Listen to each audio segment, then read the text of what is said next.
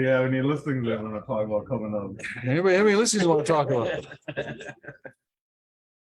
Okay, good afternoon, everybody there. So it's 12:45-ish. So we'll get started here. We got a fairly full house here today. I'm surprised because the weather came through, right? That was quite the storm that came through. Hey, rainstorm out. I was driving through Durham there. It just came down really heavy. I was almost thinking about pulling over. Richmond Hill was raining too. Yeah. North, I didn't see any thunder where I was, but lots of rain, heavy rain. Thunder lightning. Very scary.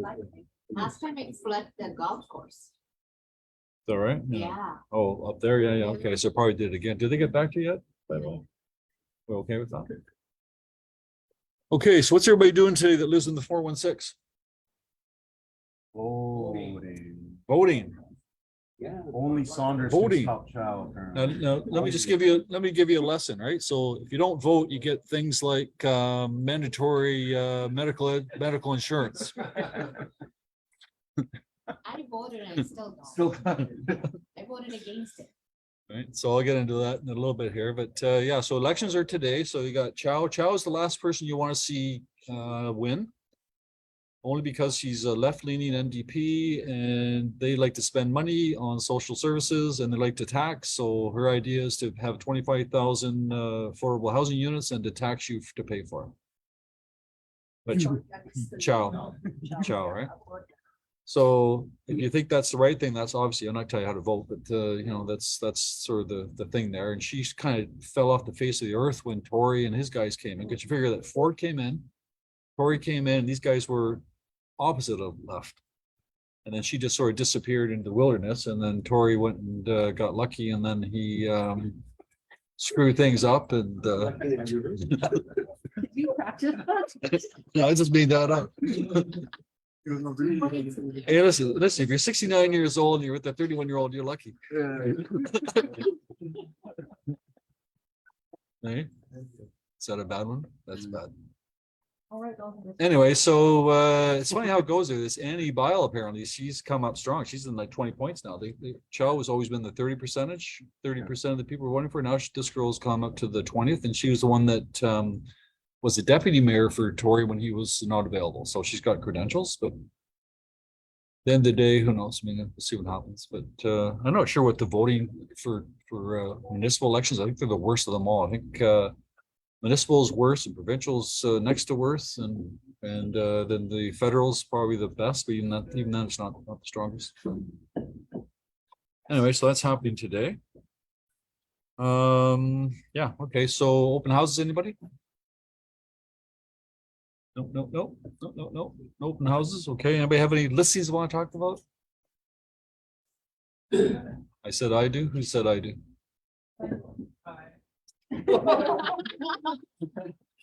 Yeah, well, listen, you want to talk about, Michael?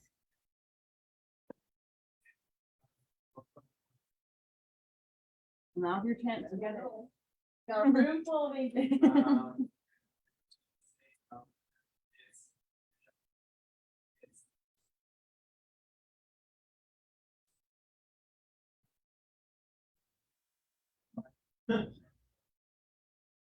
So it's fully detached, 1.4, Markham and Shepherd.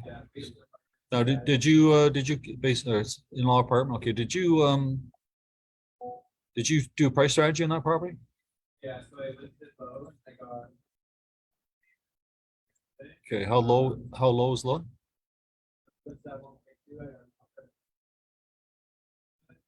Okay. Okay, all right. So this is 1.2, holding at 1.9. So, all right. So what's your next strategy? 1.45. So you can list it at the actual price. Okay. Is that the normal strategy? That tends to be what happens. You wouldn't relist it for 999. I wanted to list it for 999. Yeah. So your sellers, you know. Okay. Anybody else want to talk about any properties that they have for sale? No? Anybody want to tell me what's going on out there? Are the buyers retreating? The buyers moving forward? What are the buyers telling you? The reason why I asked that is because the interest rates went up a quarter point on the 7th, right? So does that affect anything? Even though we know that on a 15% increase in interest rates on $100,000 $1 million mortgage, it's $150 a month, right? So it's not a huge difference, but I think people have already sort of gotten used to the whole idea of the higher interest rates. Buyers out there? No. How about are your buyers getting pre-approvals? Some are, some aren't. I have a buyer who needs a 1,300 square feet condo. Scarborough.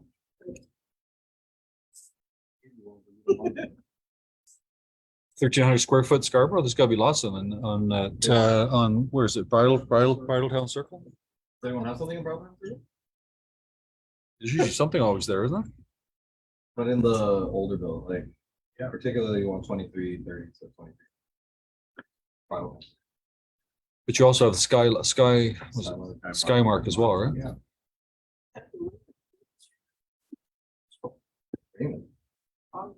Oh, Reed.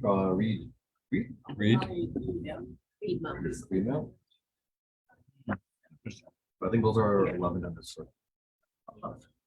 So I haven't got it written down here, but I know they're going to announce on this next month. They're going to have maybe possibly another rate announcement on July the 12th. But they're also talking about that's for the that's Bank of Canada rates. But when are they going to announce the inflation? I think it's around the same time. I think they said the day after or something there. So they're going to have the announcement of possible rate increases, and then I think the inflation announcements are going to come out the day later. That's what I heard, or the day before, one of the two. They're saying here the dip in inflation may not be enough to stop Bank of Canada from rising rates next month. So if you got buyers out there thinking that the rates are going to come down and want to wait, it looks to me like the rates aren't going to be coming down. They're going to go the other way. So that's going to affect I guess the sales price or something like that, but it will affect the market a little bit. But as I said, it's not going to be a huge difference. It's $15 per 100,000 or 150 per $1 million worth of mortgage. So it's not the end of the world. And I'm wondering whether or not people are getting normalized now. We talked about that a couple of weeks ago, meaning that the normal interest rate now is what, 5.5%, 6%. But the 2 point stuffs they're finished, right? So I wonder if people just accepted the fact that this is the case and that's it, because we're still getting lots of sales. And I would thought that that the sales would have been from move up buyers or people that are selling and downsizing or people upsizing. But I was told last week by Varan saying that a lot of the pre-approvals they've got are for first time buyers. That surprised me a little bit. So. Yeah, they're approving first-time buyers, right, for rate approvals and that. But I would have thought it'd be more people moving up that would have done that. But it's the first-time buyers still. So if you've got people sitting there that are first-time buyers, you might want to get them going somehow. An idea came up last week as well from Rand saying that a lot of people are partnering up. So you got brother and sister that can't afford to buy a place. Maybe they partner up and buy the place themselves. That's a better proposal than a girlfriend boyfriend or something like that, because it's a little more stable. Obviously, you've got siblings that. Hopefully you can trust them a little, yes, no. Some people are shaking their heads now. Who knows what they're going to do, but anyways, it's we'll see what happens with all that stuff. My mortgage lender says I've hit the trigger rate. What does that mean, and what are my options? So do you have any clients that have hit the trigger rates? You understand what I'm talking about? Right now, the bank, the federal government has told the chartered banks to be lenient with the lenders and maybe extend the amortization to make things easier. So the payments are the same, but the amortization's been extended. So the banks are doing that, but it comes to a point where the payments that they're making are less than the interest in the mortgage. So in other words, for every dollar they're paying, they owe $1.10. That's when it reverses. This is what they call trigger marks. So as soon as it hits the trigger marks, then the lenders go to the borrower and say, look, we can't extend your amortization anymore. You're going to have to bite the bullet and pay more money. So it's a good opportunity for you guys. You've got clients like that, because obviously if rates gone up and they can't afford the payments, then away they go, right? The steep rise in the cost of borrowing is proving a major burden for Canadian households. Between 73 and 80% of borrowers who signed into variable rate mortgages between 2020 and 2022 hit their trigger rates by 2023, according to National Bank. Your interest rate increases with the prime rate fluctuated the Bank of Canada lending rate, blah, blah, blah. So they go on to that type of thing. They say an example, mortgage that qualified for $600,000 mortgage amortized at 30 years at 1.25 would have a payment of about $2,000. And now that payment at today's rate would still be $2,000, but the amortization is going to be like 65 years. Isn't that what we said? So it's there are things out there that people can do, but in the long run, it doesn't, it's not going to help them at the end of the day. But anyways, we're getting more and more inventory right now. If I checked it last night, you checked again this morning, then we've got 14,916 active listings. We're almost 15,000. We haven't had 15,000 active listings for quite a long time. So that should tell me that the buyers have more selection. Summer's here, but the buyers are looking for more inventory. You got clients who say, I want to buy, but I'm waiting for something to come up for sale. Well, there's 15,000. So maybe that's changed. So don't in your own head think summer is here. Let's slow down. Let's get a hold of your clients and let's see if things have changed, right? Of the 14,000, let's say 15,000 listings, there's 6,200 are condos and 8,600 are freehold. So that's up quite a bit.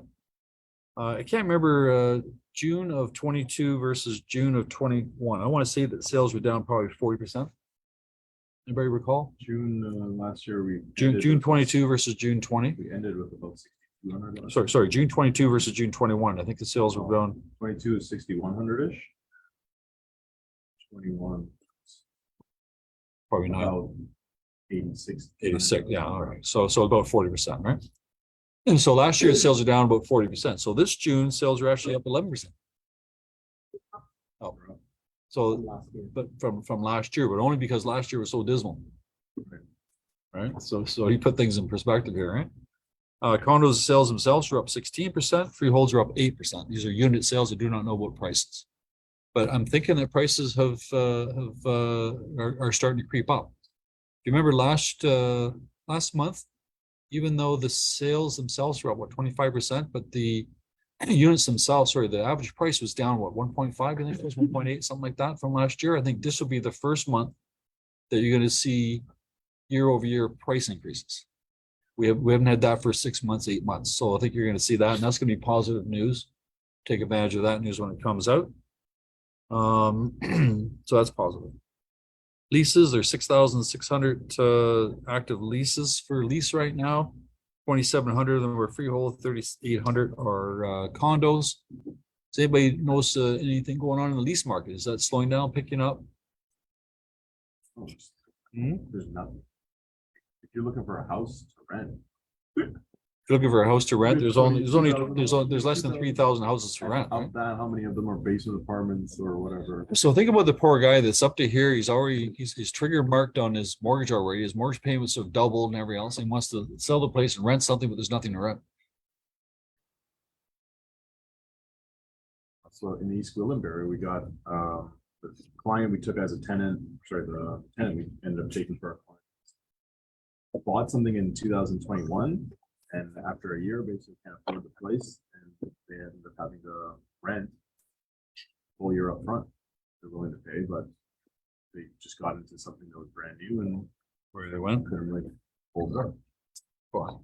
The house in Hyde Park, the full house, no basement. It was listed at $3,500 a month and $17. $3,500 a month for a whole house, 17 offers. In Hyde Park. Hyde Park, yeah, okay, nice area. Hyde Park's a nice area, right? But isn't Parkview like a stone, or Parkdale a stone throw away? Don't go that way. Don't care about that? That fried chicken place. Oh yeah, Spring Valley. Yeah. Reputable fried chicken. So I've got some juicy stuff I want to talk about. I'm trying to delay it, so I'm just I'll delay it for a bit here, right? I don't know if this affects us or not, but who runs Facebook ads? We're running ads on Facebook, Facebook Marketplace, places like that. We're doing those types of things, and we're also Canadian government and Meta are having a big fight right now. And Meta owns Facebook and Meta owns Instagram. And the Canadian government made a law last year and Meta doesn't like it, so they're protesting, but they're saying that if they're going to be scraping data from Canadian news agencies, then they have to pay for it. You understand what I'm saying? Canada's thing. Facebook is letting Facebook sells information, correct? And part of the information that they're selling is from news agencies, Global News, CBC, Post Media, all these types of places, and they're taking that information for free and putting it on their webpage, and the Canadian government says you can't do that anymore. So Meta's saying no problem, we won't pay for it and we won't do it either. Right? So that's what they decided to do. They did the same thing in Australia last year, same in Australia, they did the same thing, and then they came up with some type of settlement. They think probably they could do the same here, but I'm not sure how that affects us with our business. I'm not sure it affects us or not. I don't know if it affects. Anyways, they're having big fights. Google, by the way, and AdWords and all those things and space like that, Google is not our friend anymore. Google is just out there to, they have a monopoly, I believe, and they're taking advantage of that monopoly. I don't know if we can do anything about that or not. But yeah, so it's I don't know, it's not nice, right?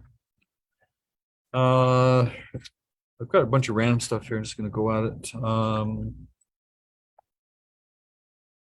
We talked on Wednesday, so this Wednesday we're not doing sessions, right? But we are doing A little bit of a mastermind. okay. Okay, you've got two things coming on Wednesday. One is a mastermind. Basically, just come together and just spitball, right? Yeah, like we're kind of in our 6-month point, so let's see if agents are doing things that aren't working, or maybe some of you guys have done things that are working, and everyone there. Hopefully, I want it to be very interactive, so hopefully people come with their ideas and thoughts. On a training session. So it's just a mastermind, just to check in, right? Brains together. Indoor or outdoor? Yeah, I get in my house. You guys get them too. You guys get flyers from agents that are farming your particular neighborhood, right? I get them, and I'm suggesting that maybe that's something you might want to do as well. And I'm not saying you have to do like 20,000 or 10,000. I'm saying you do a little townhouse complex, do a building, something, right? But create something there. And a lot of these guys now, when they're sending out their farming material, they're just not sending out a farming just list with me, right? Now the guys that are right into it, they're list with me. They've got free all this stuff, whatever else. They've got we're number one in the world, or whatever they want to say there. But they're also getting involved with community involvement. So they're doing stuff for Sick Kids Hospital, for the local hospitals, they all tend to have, they've attached themselves to some type of charity of some type. Our charity here, of course, is Easter Seals. You can choose whatever you want, but if you're doing some farming material, something you're thinking about, you might want to consider something about the community event as well into your marketing that you're doing. So I see more and more of that. Also, going back to training there's a session there I thought was kind of good. It's called Building a Prospecting Base Business. This is a free seminar that they'll be doing on June 27th, Tuesday, tomorrow. It's on Toronto MLS. You have to sign up for it. I thought that was a good idea. Katelyn, you mentioned also in your last email to everybody. So if you're looking, if the market's changed a little bit, the cheese has moved, let's say, then maybe you might want to consider also, amongst everything else you're doing, some type of prospecting of some type. So this is just a quick little seminar to give you some ideas, same as what Katelyn's doing with this mastermind brainstorming thing. I think they're going to be the same type of thing. That's on the 27th, so you might want to sign up for that as well. And it's through Trump. There's some purpose-built condos. I don't understand this. Purpose-built rental buildings downtown.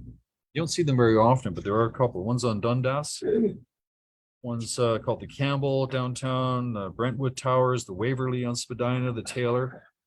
These are purpose-built rental units, and for some reason they have to offer incentives to people to rent them out. It's weird. So what they're doing here is there's free rent. So they're offering either free rent with high-speed Wi-Fi. Some Toronto landlords, developers are enticing prospective tenants with an array of sweet deals. Lucrative offers. Here's just a few. So these guys here are offering 1 month's free rent based on a 13-month lease. These guys here are offering a First 200 residents that signed a lease, we entered into a draw to win up to a year's free rent plus a $5,000 in gift card. So they're giving some guy like free rent for a year plus $5,000. This one here, which it's a purpose-built rental, which includes a rooftop, tools, spas for both residents and their furry friends. This is a new thing. It's a rental building, and they have a spa for pets in a rental building. Cool, right? Sign with them, they get 1 month's free rent. This one here, free in suite, let's see, 1 gigabyte of Wi-Fi Rogers. And yeah, the rents on these things aren't cheap though. These are like 33. These are not cheap rentals, right? And one case there is you could receive up to 2 months free rent or 12 months lease. So they're giving away incentives. We've not had to do that. Has anybody had any landlords that are having a hard time renting their places? I don't know. I'm not sure why they're doing that. It's weird. Isn't it? Maybe because they're asking too much money. These are probably $4,000, $5,000 rental units. And yeah, so Or maybe they don't have like an ensuite laundry or central air conditioning. I think it has to do with the financing too, like they tell the lender they're gonna rent it for a certain amount. So on paper, it has to be a certain amount, so it's usually overpriced and then they'll just offer a discount. to Cover it. new buyers, by the way, according to this thing here, this article, new buyers, their big problem is not income. The big problem is having the down payment. And they did a survey of people that bought houses in the last couple of years, and they're saying that 67% of the people that borrowed money from their parents. That's a huge thing, right? Yeah. I've always said that too. I've mentioned that before. I've got this book called Die Broke, right? I read it years ago. I mentioned this 100 times, right? Die Broke. The whole concept there is we grew up in a farming community where, like in North America, where it was expected that the farm would be inherited by the kids. So they want to leave an inheritance. The whole thing goes back to the 20s. Today, nobody's inheriting farms. So what the book was suggested here is rather than waiting for you to die to pass on your inheritance to your kids, you need to maybe cash out inheritance, give the kids the money today when they can use it, rather than when you're gone. So you get to see them use it, plus they get to whatever they're doing. So giving kids money that you can afford to give is definitely a great idea. Doesn't matter. I mean, it's all relationships come and go, and today it's fine. Next year it's not. So it's all anybody here have a family? Right? They've all got something going on, right? So I thought that was curious. Okay, just random stuff here. Property owner learns a hard lesson on insurance against water damage. So I knew a fellow here who bought a property and wanted to invest the property and wanted to tear it down or do something with it there. And it was in between that the time he bought it, by the time he was going to do something with it. And during the in-between, somebody went in the house and burned it down. I don't know if it's on purpose or not. But the fact is, because the property was vacant, the insurance guy said, so sad. Must have been insured.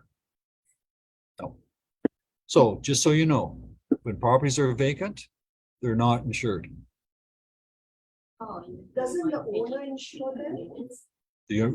All insurance policies will say that that somebody has to live in the property or somebody has to visit the property. In this particular case here, the fellow had a vacant property.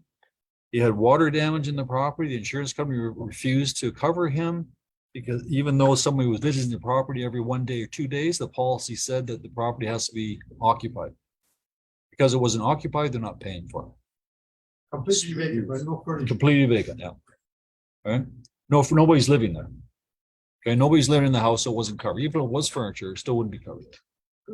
So be careful if you got somebody going on 6-month vacation. Got any snowbirds that go down south for 3-4 months at a time, right? And maybe it's not enough to have somebody check on the house, so they're going to check their insurance policies and make sure they're covered. I'm sorry. Yeah, in this case here, the insurance companies are looking for ways to get out. They don't want to pay, right? So in this particular policy, it said the property has to be occupied. They didn't care if somebody saw it every 2 days.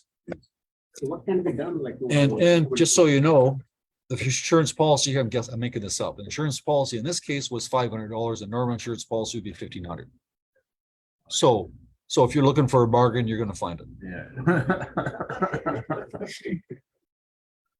All right. Nothing's going to happen.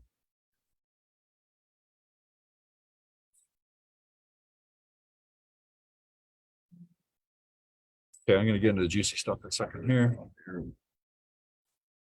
Nova Scotia Island tried to go to New York City through Sotheby's and tried to sell a property through auction in New York City, and it never sold. So everybody's into auctions, not thinking that's the way to sell stuff. It doesn't always happen.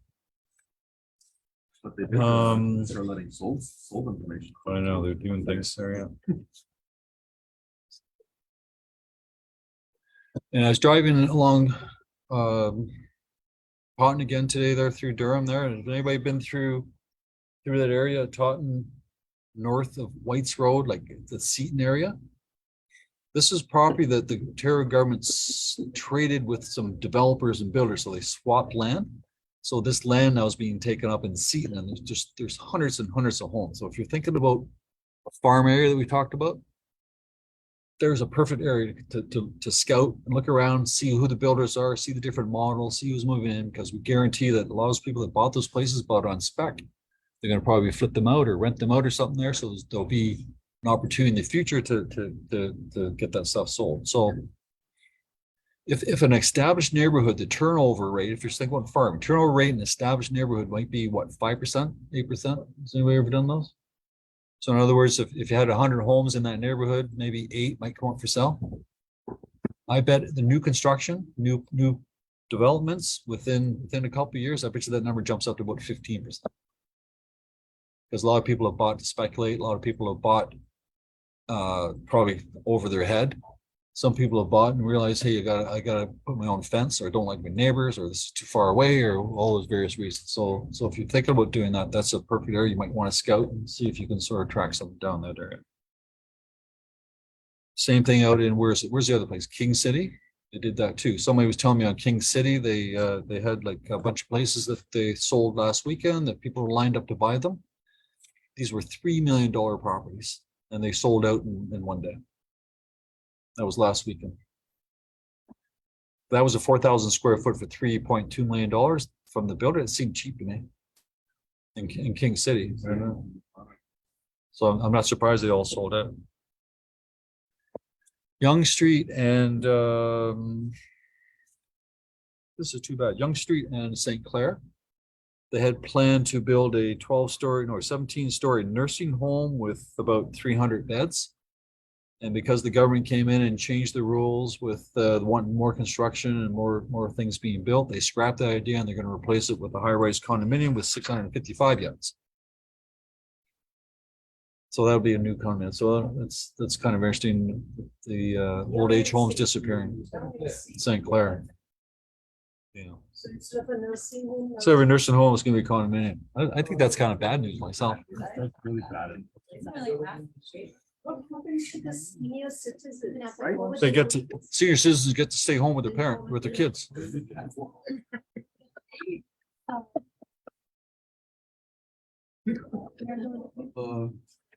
why the people on the street. Somebody did a home inspection the other day there. I've never heard this before. You guys tell me if you ever heard this before. The home inspector goes in. These are houses on everybody know Rotary area. It's at Shepherd and Markham Road. And it has stucco there, and they're saying that all these houses built in the 70s have stucco. It has asbestos stucco. And the guy had to take a sample of the stucco and check it for asbestos. I've never heard of that. Have you ever heard of Sounds that? like somebody trying to make some money there. Right. So I've never heard of that before. In the ceiling, yeah. So even if it was, don't touch it. Don't touch it. Hey, as soon as you disturb it, it makes it worse, right? You ever heard of that, Paul? Asphalt and stucco, it's Shepherd and Markham, right?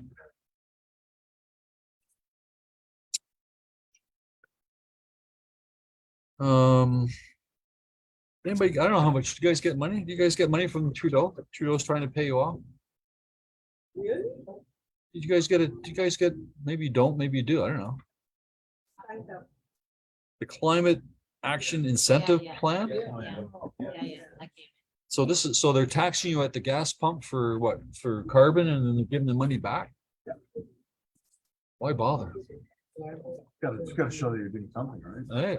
I guess the Trudeau said, look, we created 50,000 new jobs. Oh, we're gonna take $200 off you here, and we're gonna give $200 back. And it takes somebody to manage that paperwork. That's how they created all these jobs. Doesn't make any sense. Okay, so you've got, is anybody here using Matrix? So I know some people at home are using Matrix. I get these questions right now. You've got a 60-day trial right now. You can use Matrix, or you can use Realm. At the end of 6 days, you have to choose one or the other. I think this is for agents that are coming from Quinte board, Northumberland board, other boards that are used to Matrix. So they'll have the option of the Matrix database, but we have right now Stratus or Realm.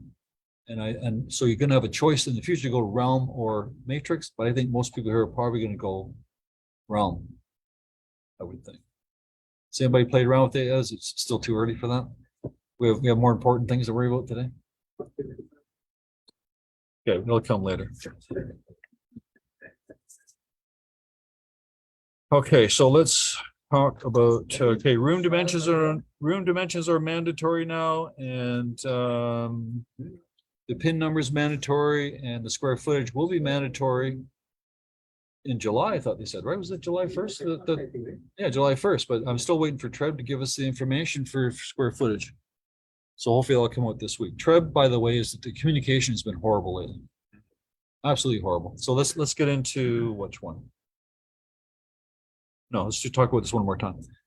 Somebody called me again on the weekend there, sorry, last week, about executors and estates and power sales and things like that. So you guys understand that a power sale and estate trustees, things like that. So if you've got a listing, or you've got a listing you want to take, somebody passes, or somebody's old in an old age home. Let's say they're in an old age home, they've given their son the power of attorney.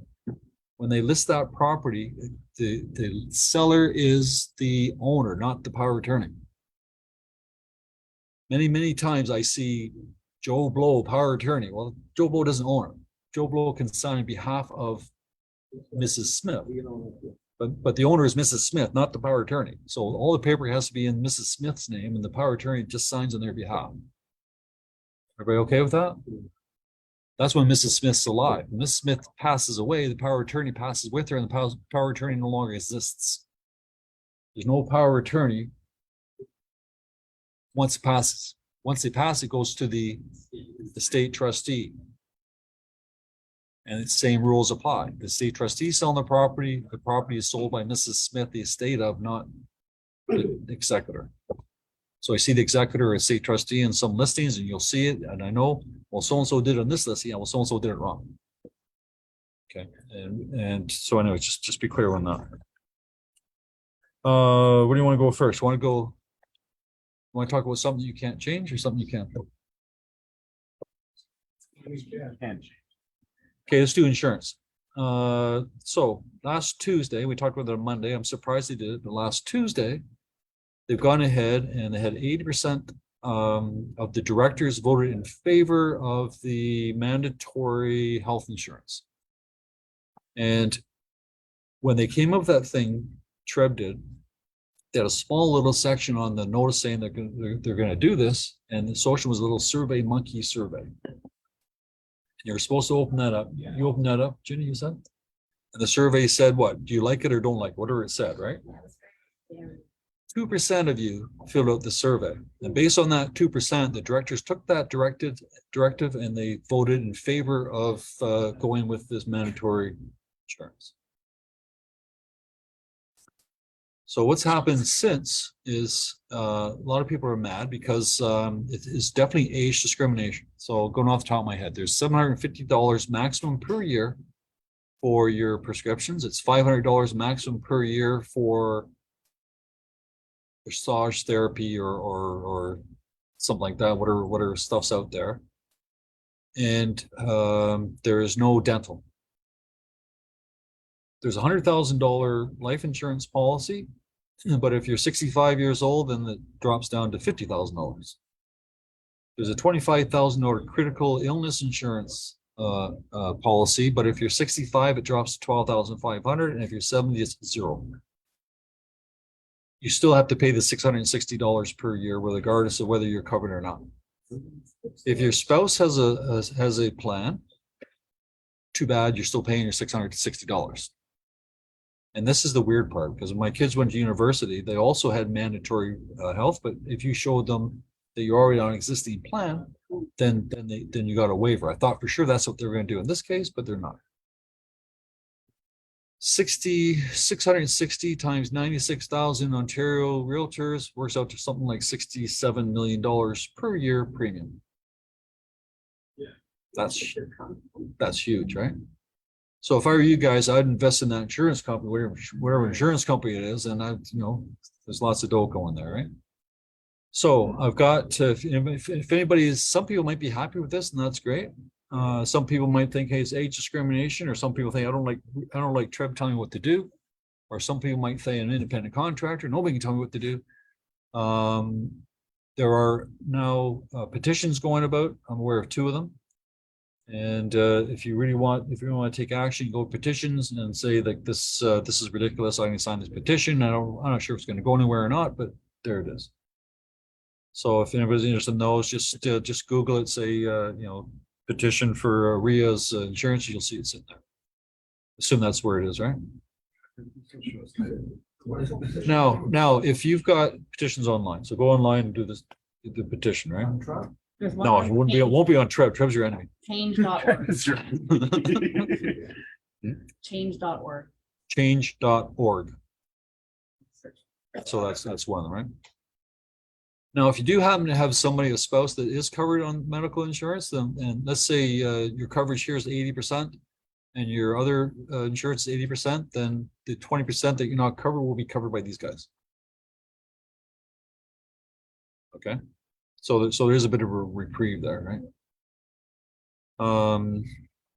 Anyway, so I don't know. Do you guys? I don't know. Do you guys think it's a good idea or a bad idea? I think there should be a committee of. Sounds terrible. Smokers, to go against them because it cannot be wrong. We need a NBA Players Association. We need a real. What's everybody think? Everything is a good idea or bad idea? Originally I liked it, but now I don't. Yeah, I don't. For the people. I'm here for the people. Yeah. Depends on who. It's for the people, right? Anyway, so those things are there. Okay, now probably the bigger thing. This thing doesn't come into effect till January. The bigger thing now is DigiSign. Has anybody had an opportunity to look at DigiSign, and is it a problem or not a problem? Can I do share screen now? Sure. I'm going to share the screen there. I just want to show you guys. Has anybody looked at DigiSign yet? Yes? No? Sorry. If you got some too, they're right now.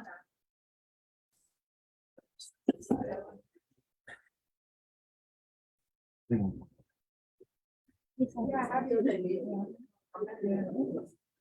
think one. Okay, so can you guys see the screen behind me? All right. So for those people that are really freaking out about this DigiSign and signatures and things, if it like a lot of people are it's just I don't know, it's just too much. I'll give them hope. It's easier than the other. Shanaz says she's going to train everybody, and she says it's easier than everybody. All right. So for some reason, if for some reason you have this mental block for learning new things, right? All you have to do is go here to web forms.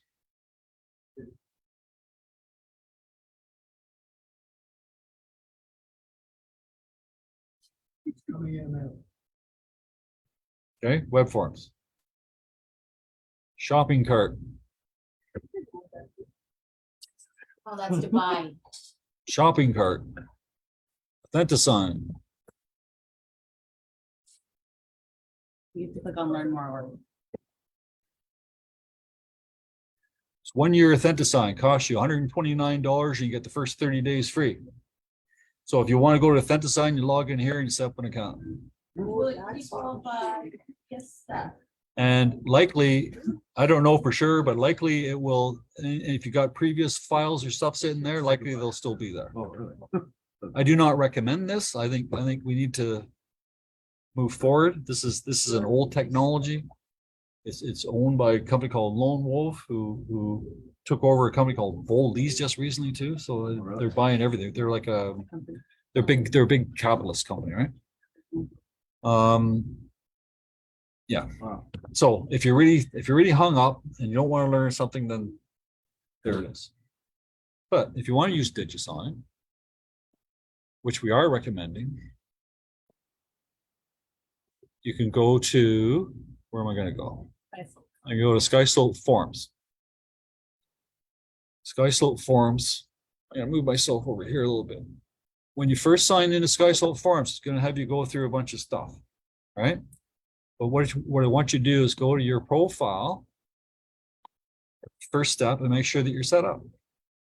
Because everything on DigiSign comes from this profile. Like when you set up stuff, it'll come from this profile. So make sure you've got your I don't know why my agent license number, that's not mine. I don't care about that. You want your agent MLS number, Canada, the company, want your phone number. You put your cell number there if you want to be people getting a hold of you directly. You've got the fax, and you've got what's called associations. Important thing here is this email address. This email address here, you want this to be the same email address that you're using on Toronto MLS. Is that right? Kind of, that email is pulled from Toronto MLS. That's why it's grayed out. Okay, all right. So that's good. All right. Let me rephrase that. You want to make sure that your SkySlope suite, which is the back office end, you want to make sure that email that we have for your SkySlope suite is the same email that you're using for Toronto MLS. If it's not, then things aren't going to work for you. So it's just a simple little check. So if you got some fancy Yahoo something or other, well, make sure that it's consistent, because when you prepare an offer on DigiSign with the right email address, when you get it done and it's saved, it automatically saves to our SkySlope suite. So there's a connection. All right. So that's the first part. That was the easy part. Everybody okay with that? Associations. For those people that are working in the other boards, you may want to have my association here is TRIP. You might want to have your association, the Quinty board or the Northumberland board or something. So, or BDAR. So it's a little thing you're just going to remove and add. So that's the first side. Okay. Next thing I'm going to do, you can go to apps. Apps up here. Once I've set up my profile, DigiSign will show up. If DigiSign does not show up, then you haven't set up your profile. So that's a little test, right? And once you're on DigiSign, here it is here.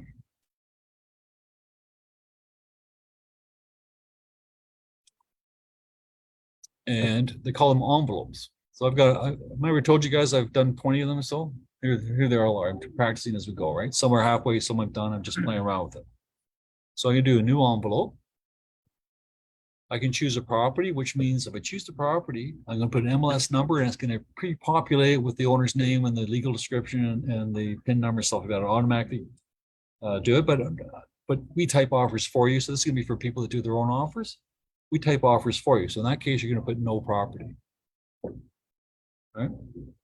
Once you got the no property, the staff would have emailed you the offer and the additional forms. Then you're going to take those forms and you're just going to upload them to this program.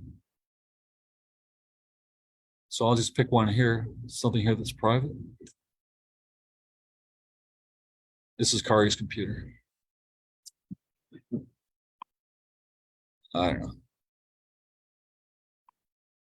Trying to find something that's generic. EDAR application. Is that okay?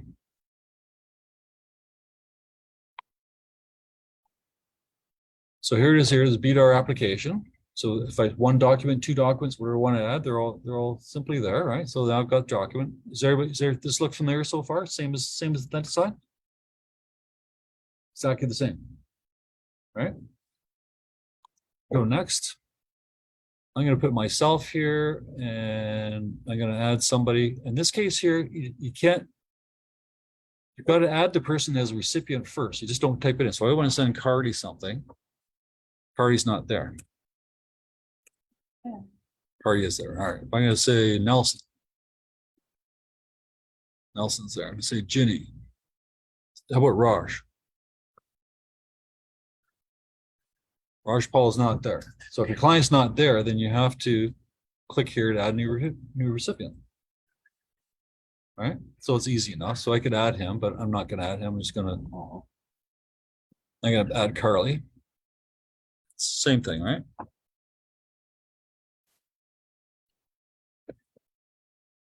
Trying to stretch here and type. So here's Carly. Who signs first? Now on Authentisign, because you say who types first, who types second, or simu-sign, what they call it, simu-sign. In other words, doesn't matter. They both sign, right? Yeah. In this case here, Claire or Cardi doesn't matter. It's the same thing. But if I do want Cardi to sign second, just move over here. If I want them to sign, doesn't matter who signs first, husband, wife, doesn't makes no difference. No problem. I'm gonna move her back up here. And also create signing groups. Yeah, I'll do that. Okay, so there's the two, right? And then I'm gonna go next. So here's my document. And there's little tricks you can do here. So don't look at the document. I'm just making it up, right? So over here you got signature, you got initials, full name, date, time, checkbox. So if I would do signature, and over here it's Claire, the other one's Carly, different colors. So I'm gonna do Claire first, and I'm gonna do signature. In that design, you take this signature and you drag it over to where you want it, right? In this case here, once I've got signature, all I have to do is hit the left key and there it is. If I want it to be bigger or smaller, I just grab the corner and I make it bigger. And then next time I go to signature, I hit the enter button again, and there it is again. I don't know how you learned it. If I want to initial, I hit initial, and all I do is hit the button. There's the initial. Right? Here. Let's say I want to do a strike. I want to strike out a field. Right? Don't like it. I'm gonna take the strikeout here, strikeout code. I'm gonna take Percy Fulton. I'm gonna strike it out. I'm gonna initial it. And I'm gonna add in a text field. And here I'll just put in, this is the sad part about design, but it is what it is. I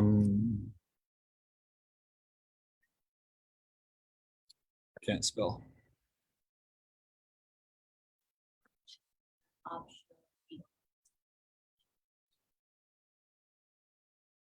Follow that? Same concept. Same concept. And then I want Kari to sign. Kari does the same thing, right? I click in her too. In this, can you just directly write your brokerage's name as well? Like you can write your full name, right? Just by. But is there a way you can also directly write it, or because I was. You can direct write, but it's going to be in this font. It's not, you can't change the font. It'll be a text field. It's a text field. Yeah, so then because I've filled out all the information on my profile, but then there was no point, right? Because it's not directly. Yeah, just the full name would be pulled in. If you want to do a check mark, you're going to just check box here. I'm going to create the checks box. I'm actually going to make it the same size as this guy. And there's a check box, and I could just again click where I want them to check. And when they get it, they'll just click on those. Unnecessary, you do the checkbox. Yes. Because I want the checkbox to be in that check. You could do a text field and do an X if you wanted to.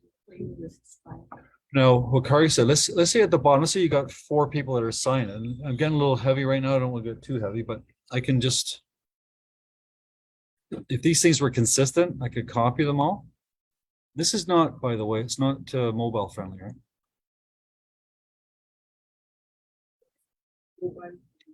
Can't sign on your You can't create this document on mobile. Do what he's doing on a mobile. Can't- Couldn't do that on what- a fence. What I'm doing right now, you can't, and you couldn't do it in Thenasign either. It was never. To create the document, you always need a laptop.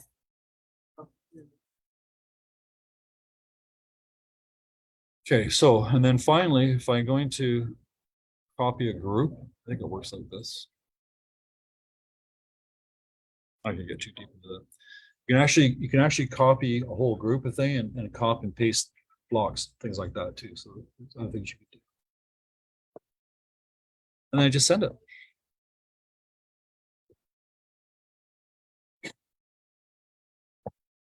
Questions?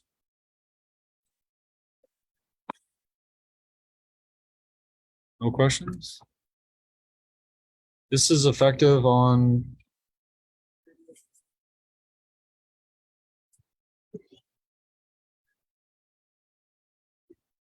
So I can take this whole area here. I can copy it. And I can, if this document were the same, I could paste it all here.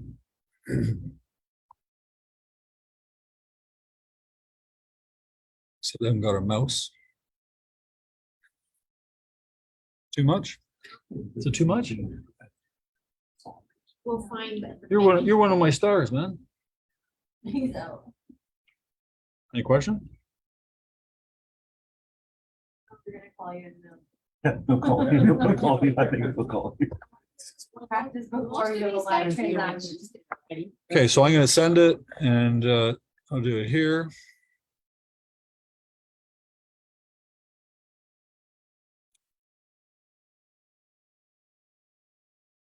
No, it's gone.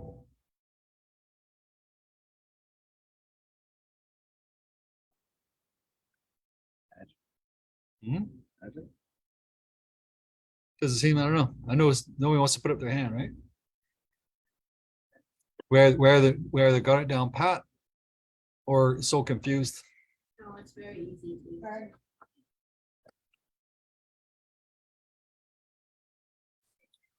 What's that?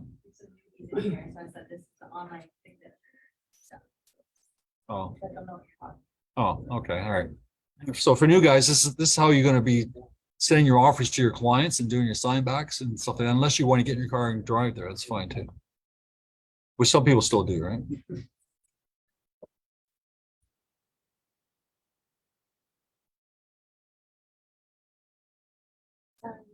What's that?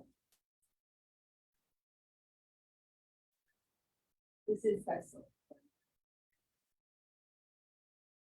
It's a different thing. It's an online, it's like authentic design. They're two. Like authentic design? Yeah. Yeah. Yes. Talk about the office and.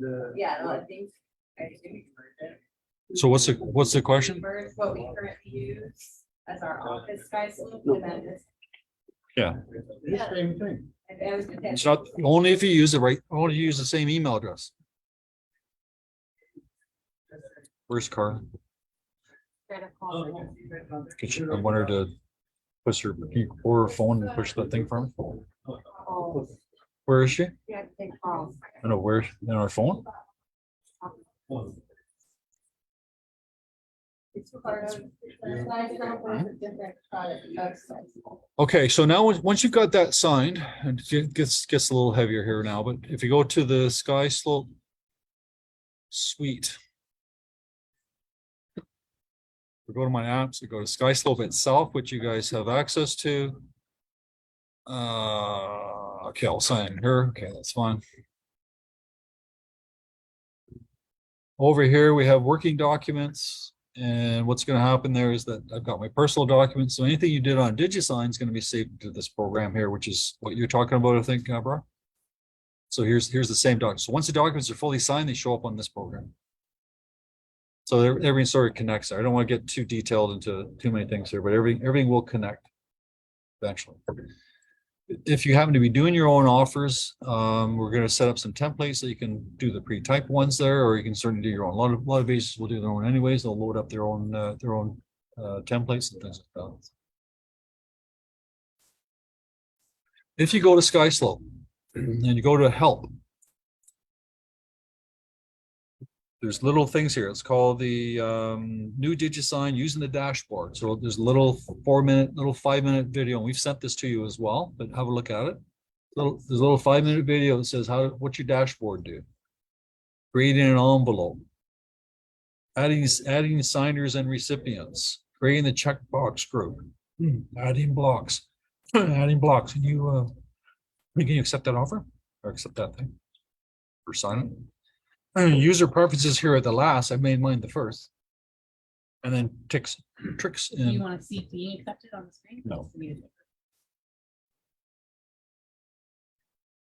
Anyways, and then it shows up here. That's okay. I think it's fairly simple. The only difficulty you may have, and DigiSign could not fix this. If your client happens to have a Google phone like this, it's called a Pixel phone, will not work. May not work. Unless you have an old Pixel, and why would a new Pixel be worse than an old Pixel? Because that's the way it is. What do I say? I've never seen a program that's better than the one it replaced.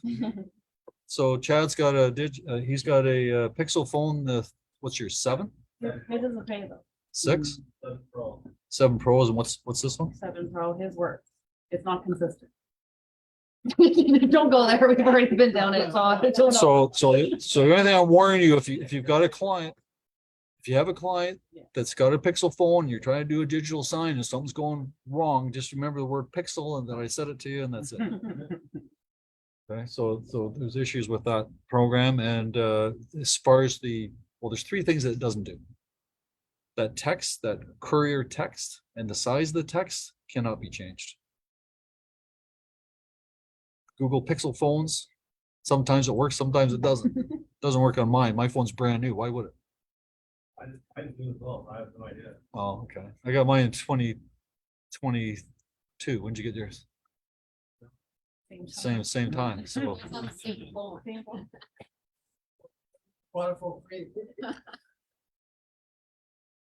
yeah, I don't know about that. Okay, and then what was the third thing? There's 3 things. Oh, and it won't duplicate. So if you sent them if you send somebody a file and they haven't signed it, then you can go back and you can correct the envelope and you can resend it. But if it's been completely signed, cannot be duplicated. You got to start from scratch. Those people that use it will understand what I'm saying when it comes to that point. But do you understand what I'm saying, Nelson? So just easier, just keep creating new documents. yeah. It will be a lot easier to create a new document. Yeah, by the time they learn how to. Yeah. Once you get the hang of it. So, and as I said before, last thing you want to do is have a live situation and you're experimenting. So what you need to do is have a partner, wife, yourself, somebody here, send about 4 or 5 of them, change it, cross it out, put your thing in there, put dates on there, try the dates, try everything else, do it. Because as I said, I think most agents are fearful of this because they don't want to look bad in front of their clients. I think that's the biggest fear of anything else. All right, and the only way you overcome that is by doing it. Next weekend is July 1st, so we will not have a meeting on Monday. And the office will be open on 10 to 4 on the Saturday and on the Monday. And anything else? Do you want to show them the sign form? Have you accepted, but I didn't know if you wanted to show them. No, I don't. Well, does it matter? You guys want to see the signed document, what it looks like final? It's on your, be on your Gmail. Don't worry. It comes in there. Yeah, It it should be there, updates it. that's your digits. No, this is your digital. No, you logged in. Oh, logged in. For your tribe. Did you sign? Did you not send it? Yeah, I sent it to myself. Yeah. Yeah, so it'll go into your documents there. That's okay. Well, it's there. All signed documents.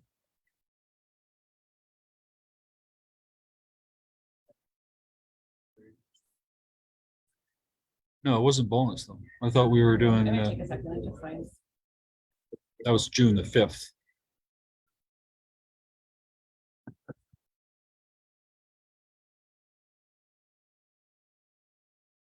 Anyways, it shows up there. Any questions? So sit down if you're, if you prefer the one-on-one versus sitting down in front of a video, by all means, talk to myself, anybody, Corey, Paige, Nelson, Ginny. But before June 30th, not on that day when everyone's panicking. Which is Friday. So like today, tomorrow, Wednesday. It's a long weekend, so Yeah. don't wait till the long weekend to. Okay, so Trev, just give you a heads up here. Trev has also signed on with a company called Fin Tracker. Here comes another app. So I've used Fin Tracker. They've used it in the Peterborough board for a while. And what it does is digital. Okay, so Fin Tracker, what it does, when you guys fill out your FinTrack information right now, hopefully you fill it out properly and hopefully you guys know how to do it, right? I had somebody the other day. They're confused about the FinTrack and what they were doing. They're sending the blank FinTrack form to their client to fill out. Not Remember- Actually, just do that, just send it to. Okay, so, can somebody tell me what the problem with that is? You're supposed to report on them.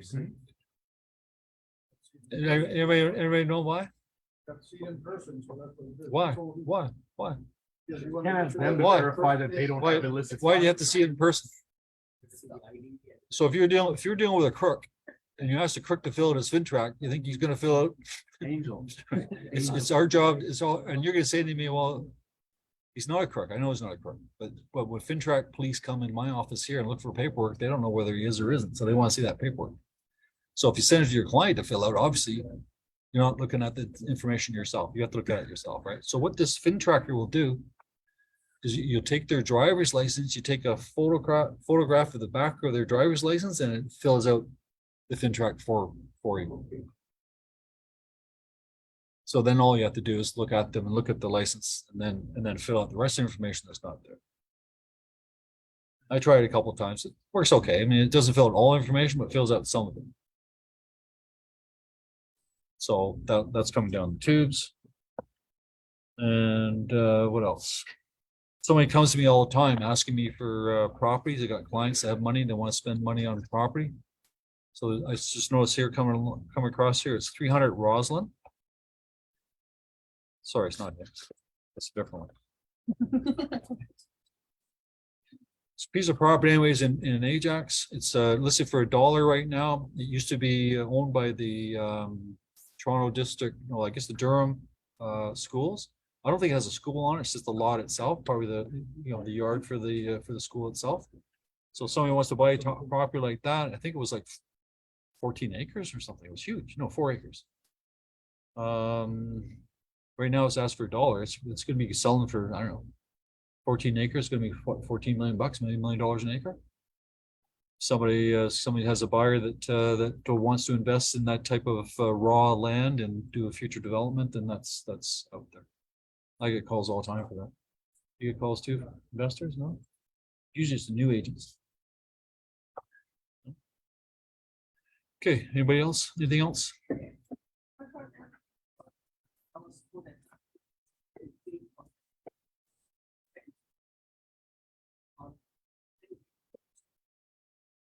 Brampton? Brampton, you said? In Scarborough? Probably the Asian Court Mall, maybe. Eh? I'll tell you how thing. Tell you how thing you're talking about? It's on Brokerage and Dundalk, because they built a 5-story building. The site that Ontario Housing. So Glamorgan and it would be like Progress in Canada would be one? Yes, it's up in Dundalk and Beaumont. Right in the corner. It's already built. Anything else? Anybody buyers, sellers want to talk about? No, going, no, okay, all right. So not next week, but we see the week after.